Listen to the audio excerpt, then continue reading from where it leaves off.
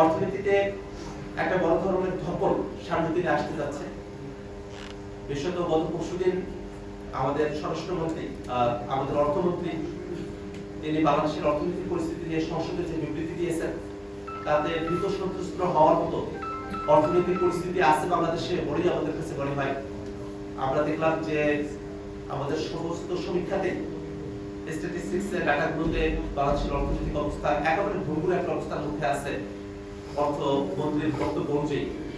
এবং সে সময়টাতেই আমরা খেয়াল করে দেখলাম যে 5টি ব্যাংককে একত্রিত করা হয়েছিল ইসলামী ব্যাংকগুলো, যেখানে আসলে লুটেরারা তারা ব্যাংকের অর্থগুলো জনগণের আমানত বা সরকার যে ভর্তুকি দিয়েছিল সেখানে সব কিছুকেই তারা লুটপাট করে নিয়ে গেছেন। সেখানে ব্যাংক রেজুলেশন আইনটা সংসদে পাশ করা হলো, হঠাৎ করেই সেখানে একটা সংশোধনী নিয়ে আসা হয়েছে এক রাতের ব্যবধানে 8 ধারায় যে মাত্র 7.5% অর্থ যদি প্রদান করা হয় তাহলেই তারা আবার ব্যাংকগুলোর মালিকানা ফিরিয়ে পাবেন। এটা খুবই কঠিন একটা পরিস্থিতি, কারণ আমরা দেখলাম যে লুটেরাদের কাছে এই ব্যাংকগুলোকে আবার ফিরিয়ে দেওয়ার একটা আইন প্রণয়ন করা হয়েছে। খেয়াল করে দেখবেন যে সরকার যদি সেই ব্যাংকগুলোর 20,000 টাকা যদি ভর্তুকি দিয়ে থাকে, 20,000 টাকা যদি প্রদান করে থাকে, মাত্র 1,500 কোটি টাকা সেটা যদি তারা প্রদান করেন তাহলেই তার ব্যাংকগুলোর মালিকানা আবার ফিরিয়ে পাবেন। পাঞ্জাবের জগতে একটি বিশ্বস্ত নাম শাবাব এথনিক ওয়্যার। তো যারা 20,000 কোটি টাকা লুটপাট করেছে তাদের জন্য 1,500 কোটি টাকা প্রদান করা তো খুবই সামান্য ব্যাপার।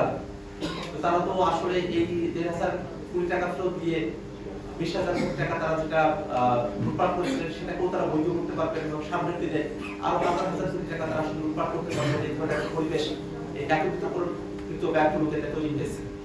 সামগ্রিকভাবেই বাংলাদেশের অর্থনীতি এই জ্বালানি সংকট এবং সংস্কার এবং গণতন্ত্রের যে বিষয়গুলো আছে সেটা নিয়ে দেশব্যাপী জাতীয় পর্যায়ে যে সংকটগুলো তৈরি হয়েছে সেটাতে সমাধানের পথ কোথায়, সেই অন্বেষার জায়গা থেকে জাতীয় নাগরিক পার্টি এনসিপির সংস্কার বাস্তবায়ন কমিটির পক্ষ থেকে আমরা একটি জাতীয় কনভেনশনের আহ্বান করেছি।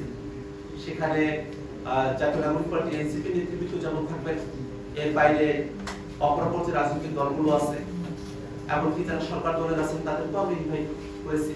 আমরা আশা করব যে তারাও সেখানে অংশগ্রহণ করবেন, বিরোধী দলের যারা আছেন তারাও অনেকে এখানে অংশগ্রহণ করবেন।